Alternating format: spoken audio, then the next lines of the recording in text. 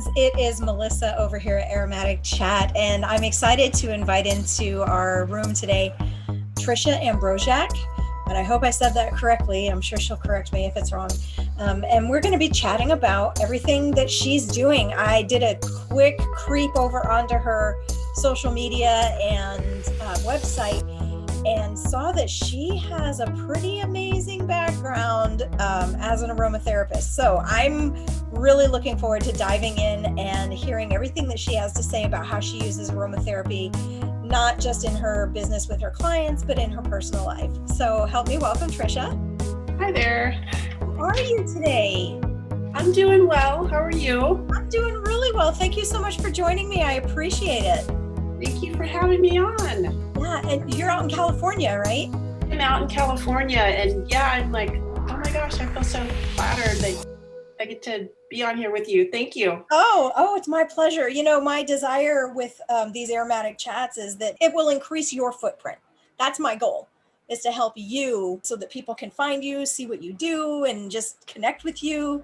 I have no selfish motivation here. I love helping other people. I was actually just thinking about that this morning. My passion is seeing other people succeed. And I have a bunch of different tools with which I make that happen, but that's really my passion. I get excited when other people do well. That's awesome. It's very strange.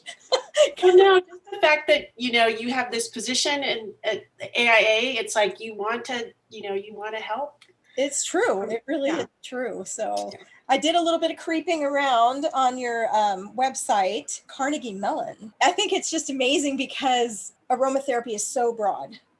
You know, it's got such a reach, and it's just, I don't know, the paintbrush is like one of those ones that you use to plaster with, not a little fine one. The backgrounds of the people that come into this modality is just amazing to me. The pathways are always so meandering, and so I'm like, wow, sometimes I'm like, how did I get here? And I think I guess that happens to a lot of people. The pathway it's not that they were necessarily said, oh, I'm going to be an aromatherapist and here's my business model. It just kind of happens. I think when I was 18, I'm going to medical school and I'm going to do this. and it's like, nope. Yeah. I found something that I loved and started going into research. Right. A lot of times you think, this is the path I want to take. And you start walking that path. And then you look over here and you see a tree, and you look over here and you see a flower. And then you look down and you're like, look at the dirt, and then who knows which direction it's going to take you. I agree. So what I would love for you to do is just kind of share your journey and how you ended up where you are in aromatherapy.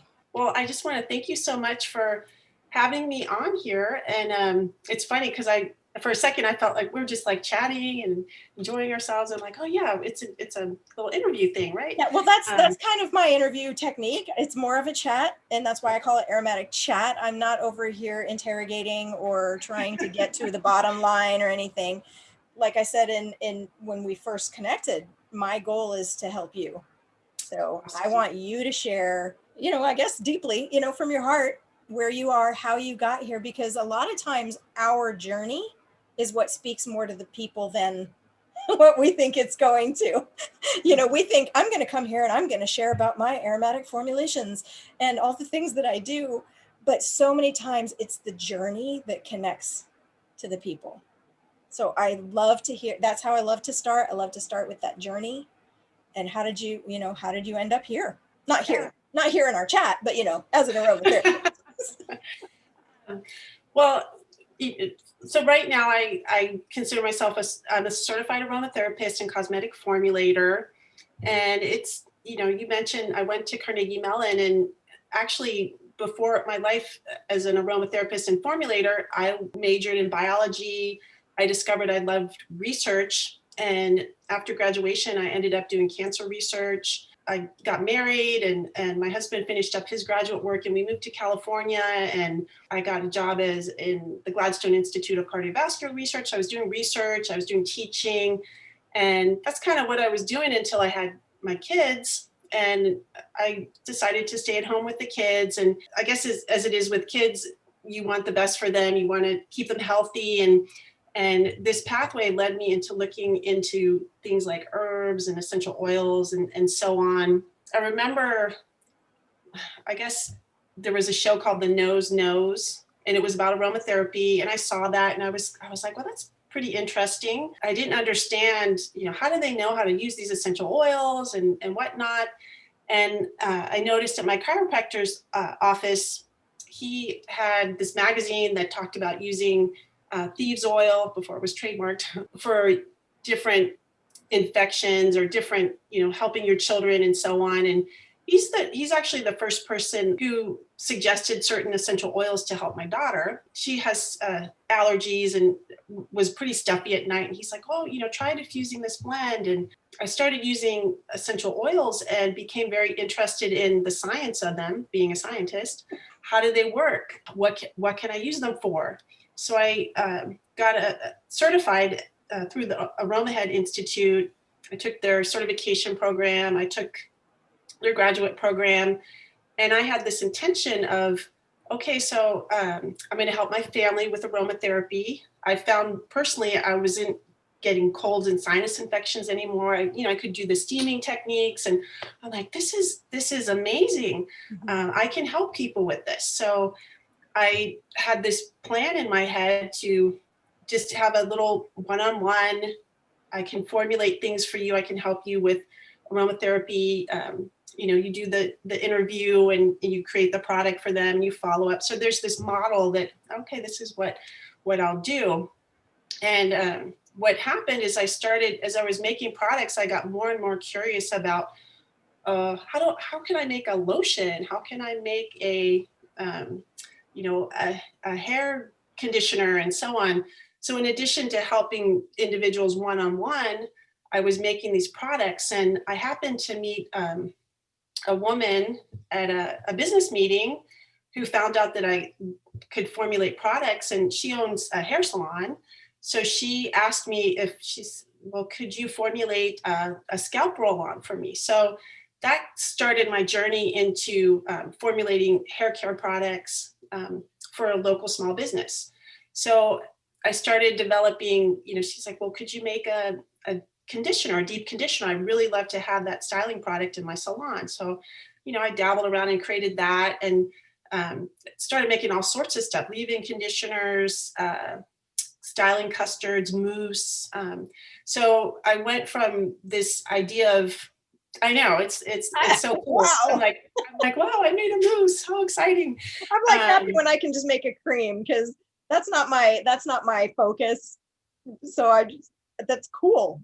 Yeah, it's so cool. And it's like I said, I formulate, I have my own little lab at home, and then I, formulate on site for her as well. And I just, have been able to use my aromatherapy to have therapeutic benefit for the product. So for example, in the deep conditioner, it has some thyme linalool in it, and it has some grapefruit essential oil. So it supports, it supports the immune system with the thyme, but it's, the linalool chemotype is very gentle and good for the scalp and skin and hair.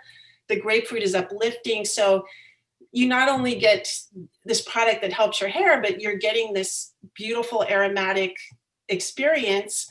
It's supporting your mind and your body. So it's just a great, it's just been a great tool to use aromatherapy. It's been really fun. That's amazing. So I just have to say this because this is how my brain works. I was so excited when I saw Carnegie Mellon on your website, and not because I've gone there or not because anyone I know has gone there, but a little bit of my background. Carnegie Mellon is the first university to offer a degree in the science of bagpiping. I know they had a music school, but I didn't know that you could actually have major in bagpiping. I did not know that. So we lived in Texas for 20 years, and I was the bass drummer for the premier competition band from Texas. So I was in a bagpipe band for 20 years. So I saw Carnegie Mellon and I was just like, oh my goodness, like geeking out over here. I'm a music nerd, can't help myself.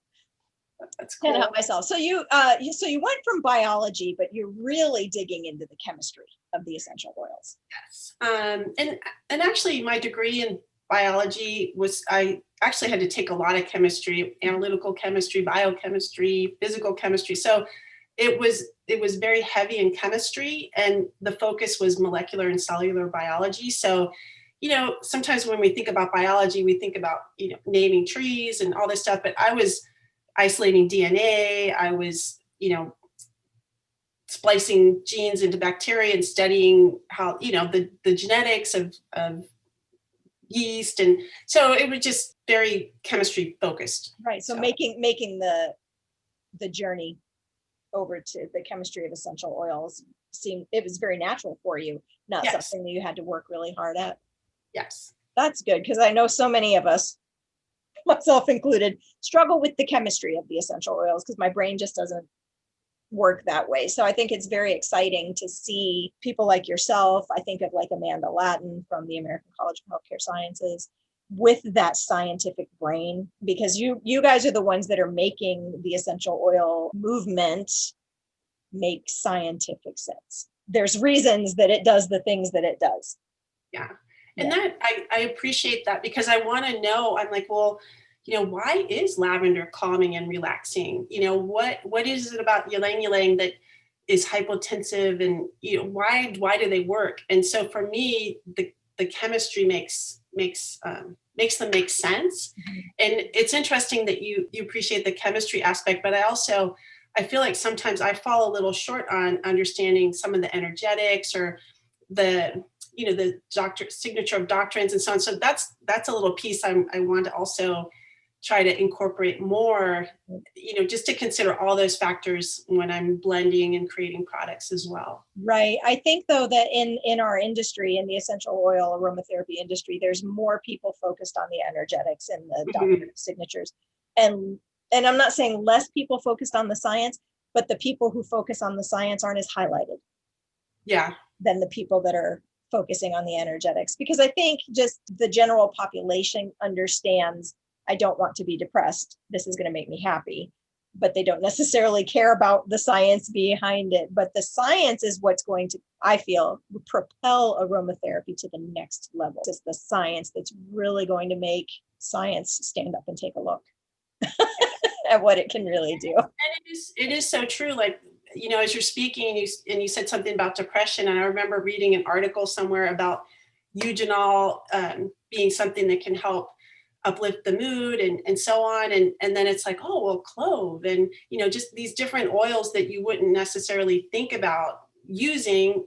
And so, yeah, I like you being able to research and use that science piece and that chemistry piece to inform my blending, for sure. Yeah. So are you doing mostly cosmetic formulation now, or are you still doing some one-on-one consultations? So right now I'm doing mostly cosmetic formulating. So my main client is the hair salon owner. It's Bikakoa.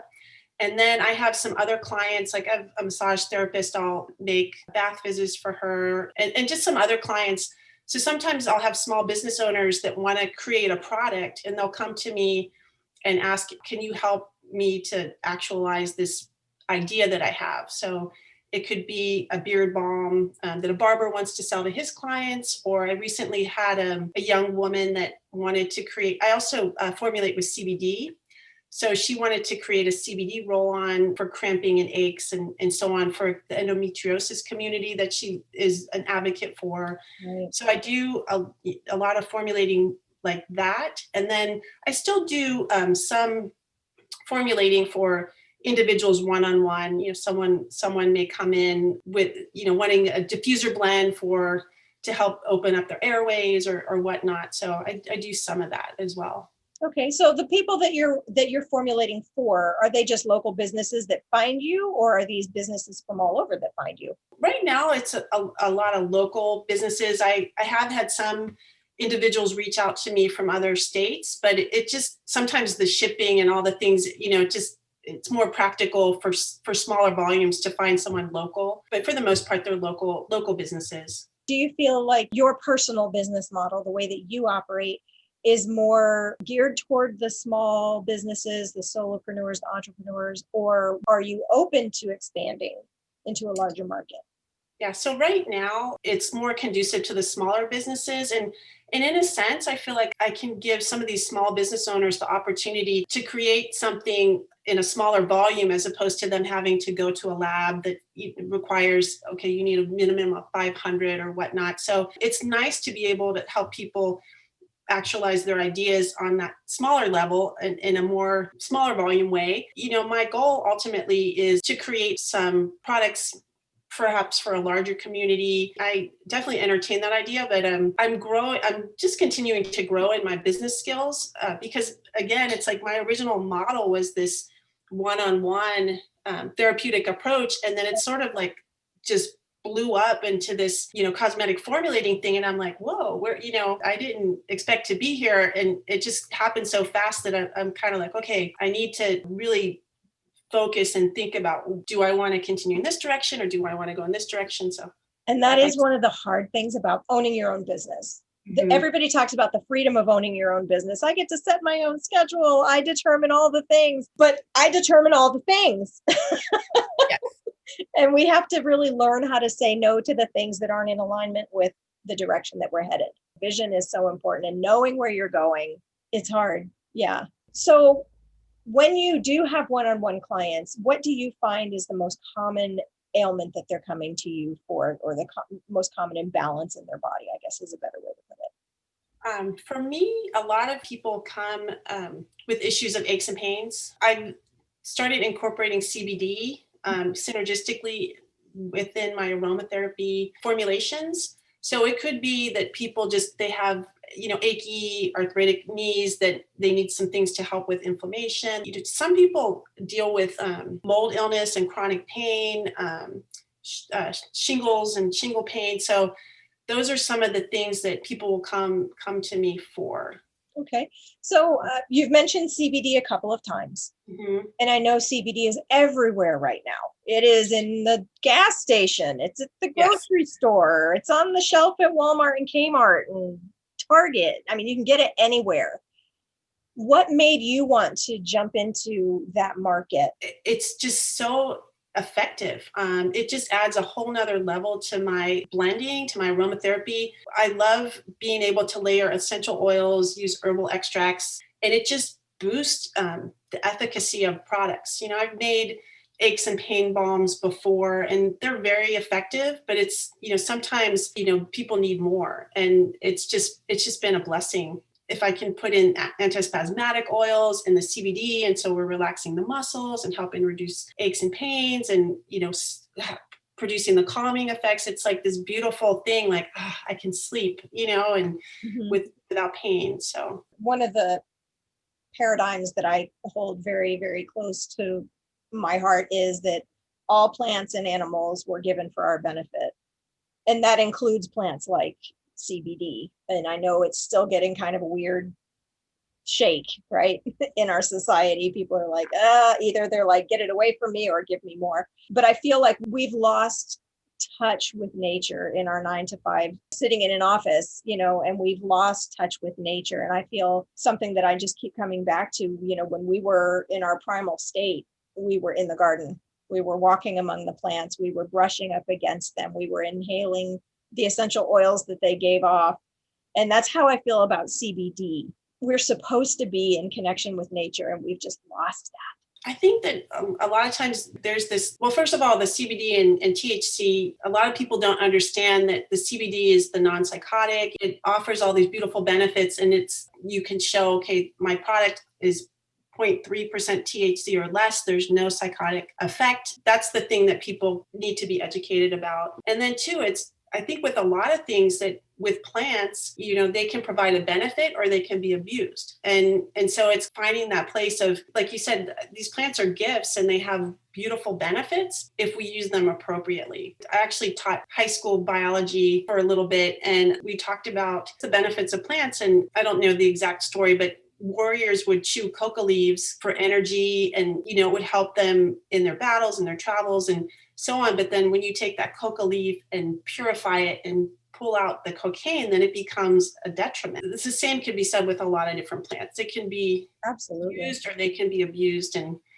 that's Absolutely. Totally agree with you, Tricia. So what would you say would be the biggest stumbling block for you in your business? Sometimes for me, the biggest stumbling block is I can go in just too many directions. I get so excited about creating products and I want to try, making this product and that product. And I think it goes back to what you were saying about vision and focus and just, really narrowing down my niche and who it is I feel that I'm here to benefit the most. Right.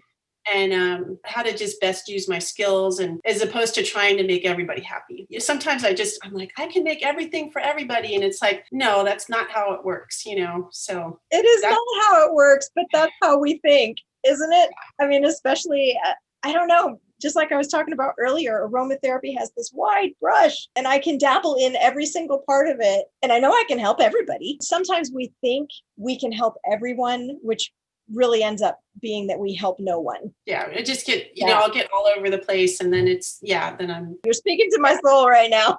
I've had to kind of bring myself in and just, okay, no, we're not doing that project. We're not doing that. We're going to focus on, just this little sphere of things. And I think that's a continual process, not only as a business owner, but as a complementary modality business owner. That's a continual process because it's so easy to get, on the rabbit trails, and absolutely. It's just so easy. It's so easy because everything's so exciting. I want to do it all. That's really what it boils down to.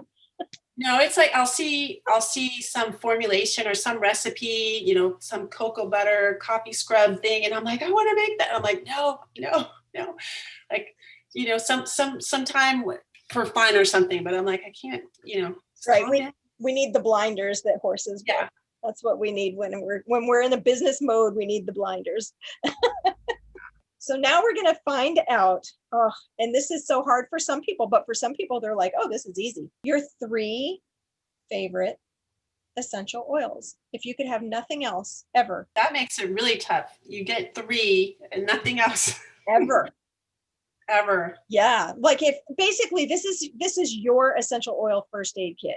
What do you absolutely have to have? Top 3.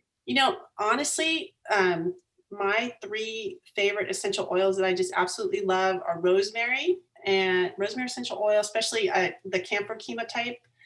I love sweet orange and I love peppermint. So those are just 3 that I love to diffuse together. And I don't know, there's just something about them. I almost like crave that combination. I love waking up to that in the morning. And so those are 3 that I just adore. And, I don't know if there's something energetically about them that just resonates with me or what, but I love those. And honestly, lately, I've really just been enjoying black spruce a lot. So I snuck a 4th one in there. Sorry. That's okay. We just have to keep it narrow. Otherwise, we're going to go on forever. But yeah, that'll be that rabbit hole again. I've just been really enjoying that. Like, I just feel like I've shifted into a season where I'm like, oh, I need some black spruce today. So I don't know. Very interesting. I feel like, I mean, because my body craves some specific essential oils as well. And I wonder sometimes, is that a physiological craving? Is it an emotional craving? Is it a mental craving? Or is my spirit crying out for something? Do you know what I mean? Yeah. Some of them I know it's physiological. I can feel it, like, but I don't know. Sometimes I just wonder, or is it an ancestral craving? Have you considered any of that before? Like my husband's genealogy goes back to the Vikings. Wow. And the scents that he loves are all woods, like woody scents, and I just wonder if it's an ancestral craving.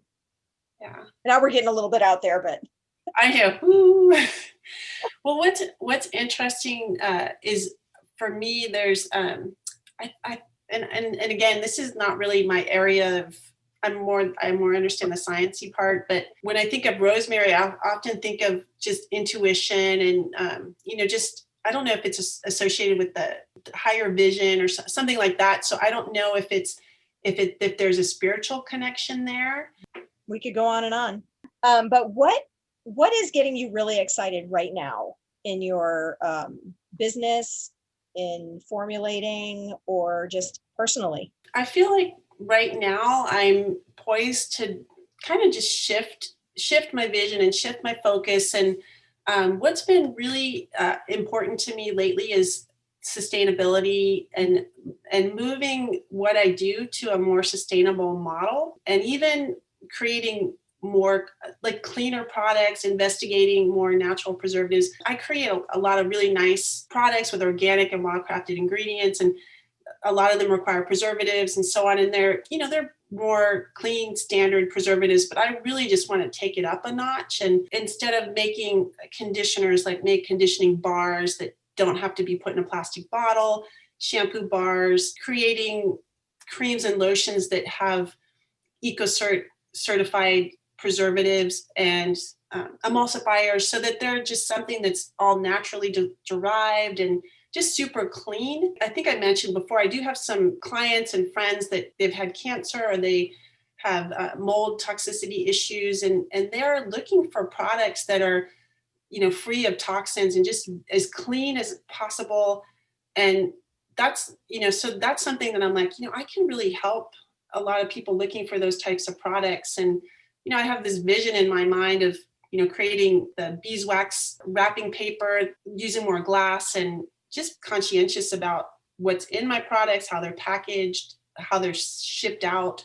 Right. That's become very important to me to shift even more into that direction. Would you be creating your own line of products or still formulating for others in that vision? So in that vision, it would be my products that I would be Okay. formulating and creating. So I make a lot of products and I sell them on my website now. I just want to take it up a notch and be done with the plastic bottles and move into glass, and again, things like shampoo bars and conditioning bars. And then also I feel like I need to also see, I can make products, but I'm like, what do my clients want? Like, what do they need? What do they want? That's an important part as well. So right. And that's a hard part as a business owner, because sometimes we feel like, well, I need to be making something new. I guess I'll just make something and hopefully that's what people want. I don't know if there's a way, like if you have an email list or an Instagram following or anything like that, where you could kind of get a feel for what people are looking for. yeah, for sure. Yeah, I do. I have an Instagram account and Facebook page, and I really would love to create a wellness group that, just a community where I can share different wellness tips and so on. That's, just our little community where we can ask questions and share things. During this time of COVID-19, people have realized how important self-care is. I think people have really recognized the levels of stress that were just accepted as normal in our society. But how do you incorporate self-care into your life, your busy life with owning a business, formulating for others, all the other things that go into running a regular old everyday life? What do you do to take care of yourself? For me, I just have started making sure that I take Sundays off, as simple as that sounds, because I enjoy what I do, and I could work every day, pushing, pushing, pushing. And I'm like, you know what, Sunday, I just need to do things with my family, things that I enjoy. I have to almost like just, shut myself off and not feel bad that I'm like, oh, I'm not being productive today. It's like, no, I'm being productive because I'm resting. And then just also make it a point to eat together as a family, and just, have that time to communicate and debrief, and not just, that's just really important as well. And then it's funny, I don't know if this happens to other aromatherapists, but oftentimes I'm so busy formulating for other people and making products for them. And then I'm like, you know what, I need to bring some of my products home for myself. And so sometimes it's, formulate some things that I need and I will enjoy as well. So definitely know that struggle. We're so others focused as complementary modality practitioners, whether you're an acupuncturist, chiropractor, it doesn't matter. And we forget to take care of ourselves. But the beautiful thing about that is our bodies eventually say, wake up, dummy. Exactly. I've so done that to myself. I love where you're coming from with the biology background, switching it up with the chemistry and the science behind everything. And I'm not the least bit interested in cosmetic formulation, and it makes me excited when other people are, because you're bringing this amazing modality into something that we do every day. Wash our hair, brush our teeth, clean our face. I mean, it's wonderful what you're doing. But my last question is, how can people find you? If say a business is like, oh my gosh, I've been looking for a formulator, how would they find you? I do have a website. It's Aromatherapy by Tricia Ambroziak.com. It's a little bit long, and it has contact information on it. I have an Instagram account, Aromatherapy by Tricia. You can always message me there. I have a Facebook page, Aromatherapy by Tricia. So those are some of the ways that you can reach me. My email's on there. My email's kind of long because being a scientist, I'm thinking like, this makes logical sense. But then people are like, that is so long. Yeah. I'm like, oh, I guess I should have made it simpler. But yeah, it's Tricia at Aromatherapy by Tricia Ambroziak.com. So, you should be able to find me in any of those places. So are you on LinkedIn? I'm on LinkedIn too. Yeah. Thanks for reminding me. Do you tweet? I have a Twitter account, but I focus mostly on Instagram because it gets overwhelming. I had to pick one to pour into it. I agree. It's just overwhelming. Do you at least check your other platforms? I check Instagram. I check Facebook, not really checking the Twitter so much. Okay. Yeah. LinkedIn is actually a great place as well. Okay. So I just wanted to make sure I'm listing the best ways for people to contact you. All right. Yes. Do you have anything else you would like to share, or any parting words of wisdom? Anything at all? Wow. Parting words of wisdom or anything to share?